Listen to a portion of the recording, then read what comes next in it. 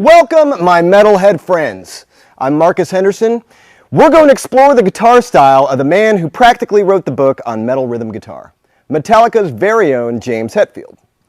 James composed some of the greatest riffs of all time, from Seek and Destroy to Master of Puppets to Enter Sandman and beyond. We're going to check out some of the key elements of his style and learn some of the killer riffs in the process. So let's get started.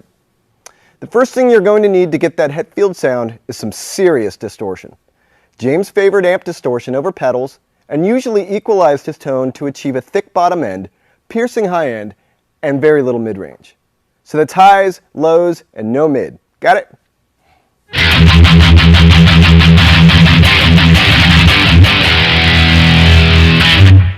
The basic component of all metal guitar is the power chord. Power chords are also called five chords and contain only roots and fifths.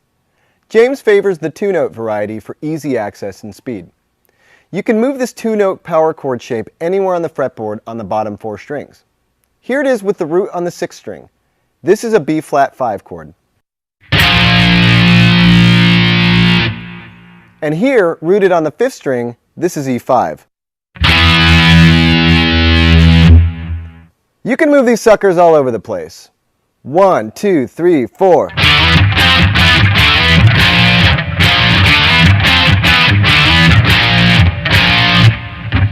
Ah, yes, the devil's tritone.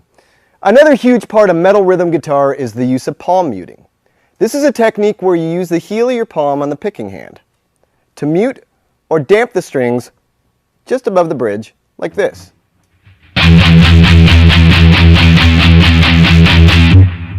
This will give you that classic metal chugging sound. The further you move your palm away from the bridge, the more muted and percussive it gets.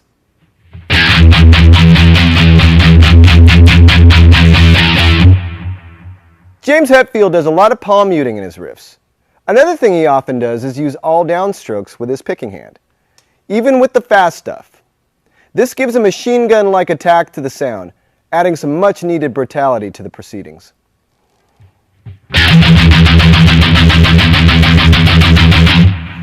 If it's super fast, then he'll use alternate picking or up and down strokes. We'll get to that later. First, let's play something, damn it.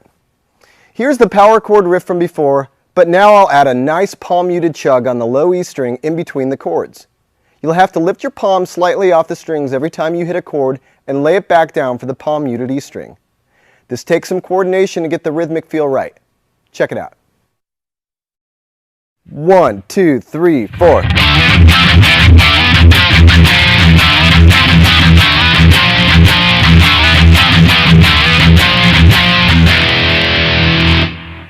Okay, let's play that faster, like James would have back in the Kill 'Em All days.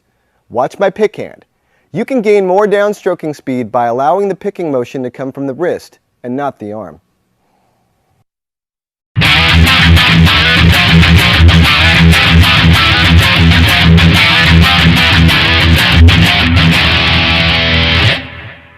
You can break up the repetition a bit by adding a riff change here. Hetfield often used many different riffs with contrasting rhythms and techniques in his compositions. I'll start with the first riff, and we'll go right into the change. 1, 2, 3, 4.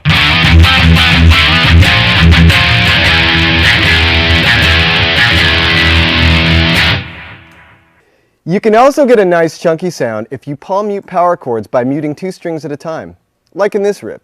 We'll start on the and of beat 4. 1, 2, 3, 4.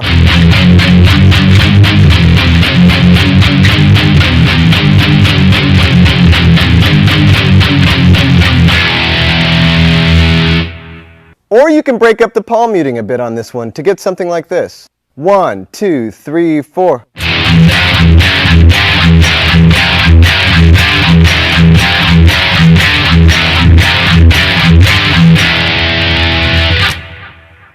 Here's that again a little slower.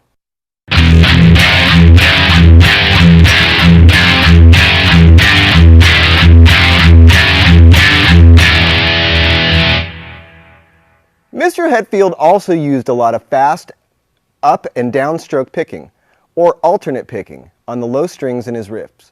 Again, to maintain speed and accuracy, the picking motion should come from the wrist. Let's try it out on just the low E string with the obligatory palm mute.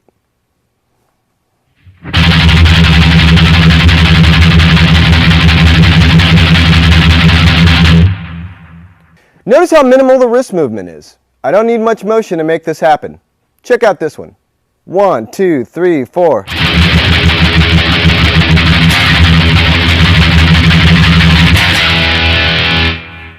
Mr. Hetfield would also break up this alternate picking style into more complex rhythms.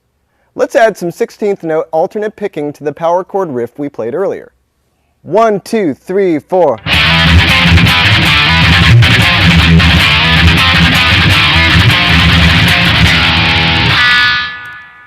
You can create a galloping effect by playing palm muted triplets like this. 1, 2, 3, 4.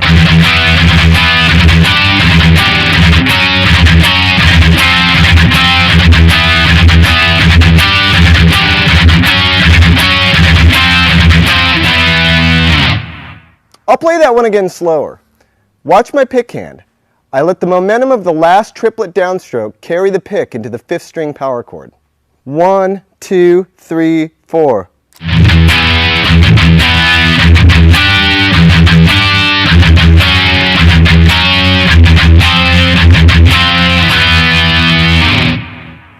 Of course, there are many great single note Metallica type riffs to explore as well. Let's take a look at a few, shall we? Here's a fun one. Use all downstrokes and palm mute the low E strings. 1, 2, 3, 4.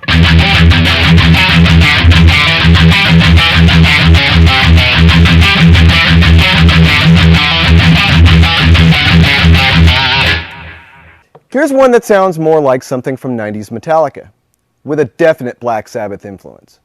Notice there's a triplet or swing feel on the 8th notes, so play the first 8th of each 8th note group longer than the second 8th. 1, 2, 3, 4.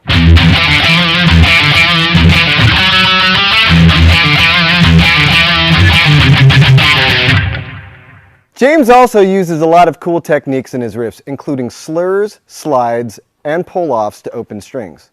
Check out this one. 1, 2, 3, 4.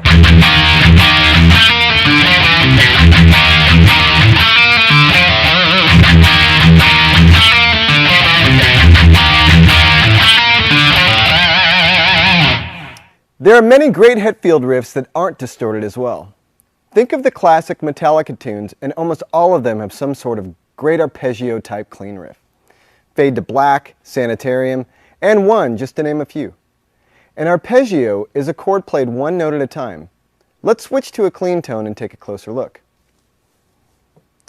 The first one uses some of the chord shapes that James uses frequently in his clean riffs.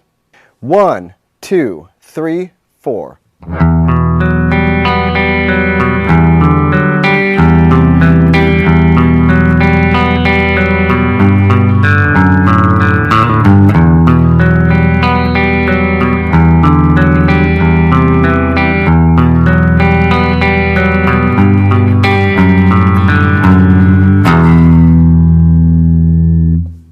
Here's another one. Notice how he often uses very simple shapes and patterns that make the riffs relatively easy to play, yet they still sound really cool. 1, 2, 3, 4.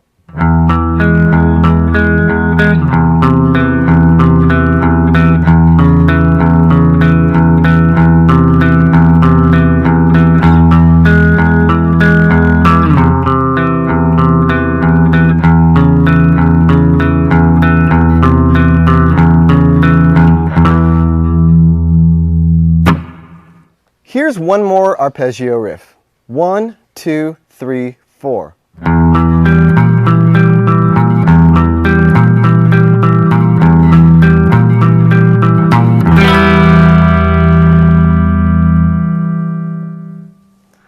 All right, folks, that's it for this lesson. Enjoy the riffery, and thanks for stopping by.